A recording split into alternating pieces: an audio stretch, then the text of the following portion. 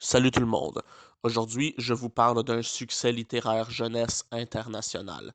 Il s'agit de Whisper, libre comme le vent, le premier tome d'une série phénomène de 6 livres qui ont inspiré les films. Ou l'inverse. À vrai dire, j'en sais rien.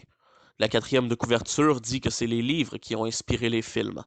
Mais la première page du bouquin dit qu'il est tiré du scénario de Léa Schmidt-Boe et de Christina Magdalena Henn. En tout cas, peu importe, on va partir de l'idée de base que ces romans ont inspiré les films. Bon, maintenant que ça s'est clarifié, passons à la critique. Alors avant de s'attaquer à ce premier tome de Whisper, écrit par Carola Wimmer, commençons par nous demander Whisper, libre comme le vent. De quoi ça parle? Mika, une adolescente rebelle, échoue à l'école. Elle a de mauvaises notes et, inévitablement, elle redouble son année. Par conséquent, ses parents l'envoient au haras de sa grand-mère maternelle pour qu'elle se concentre sur ses études. Cependant, Mika échappe bien vite à la surveillance de sa grand-mère et fait la rencontre d'un magnifique cheval, un étalon nommé Whisper. Ce qu'elle ignore, par contre, c'est que le cheval est indomptable. Personne n'est jamais arrivé à le monter. L'abattoir est donc sa seule destinée. Mais pour lui épargner une telle fin, Mika se donnera pour mission de prouver à tous la valeur de Whisper et ainsi le sauver. Elle apprendra alors à monter à cheval dans le but de remporter le plus grand concours d'équitation de toute la région. Y parviendra-t-elle? Qu'ai-je pensé de ce roman? Honnêtement, je ne suis habituellement pas friand de littérature jeunesse, mais Whisper, libre comme le vent, m'a grandement plu. C'est un roman jeunesse mignon, drôle, touchant, sur une adolescente assez incomprise par ses parents qui se lie d'une puissante amitié avec un cheval qui, lui aussi, est incompris. C'est une très belle histoire d'amitié avec des personnages très attachants.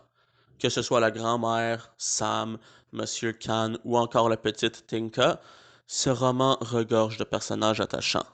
C'est une très belle histoire. Ce roman se lit bien, ce roman se lit vite, l'histoire est fluide, bien construite, les éléments ne sont ni balancés trop rapidement, ni trop lentement. Hormis cependant l'entraînement de Mika pour se préparer à monter, qui nous est balancé bien trop rapidement et qui est beaucoup trop court. Il dure quoi, 2 petites pages, et après hop, fini. C'est trop court. À part ça, l'histoire enchaîne bien ses péripéties, elle est plaisante à lire. Malheureusement, il y a un élément important qui est bien trop prévisible. Mais pour vous l'expliquer, je n'aurai pas le choix de spoiler. Enfin, quant à moi, c'est un demi-spoil, mais si vous voulez l'éviter, rendez-vous au temps affiché à votre écran.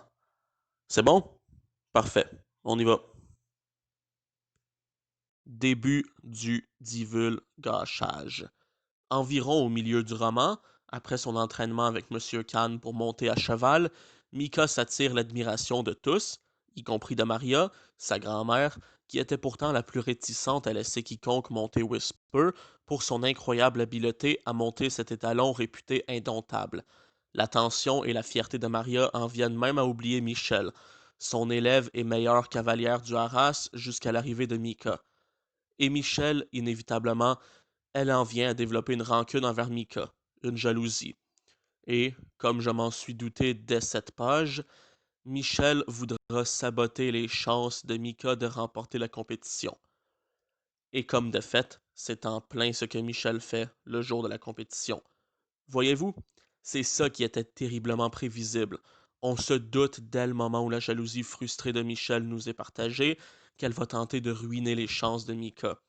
C'était beaucoup trop prévisible, c'était évident. J'irais même jusqu'à dire que c'est un peu cliché. C'est dommage. Mais bon, c'est pas si grave que ça. L'histoire est tout de même de qualité. Fin du divulgachage. En somme, Whisper, libre comme le vent, est un très bon premier opus pour la série des Whisper.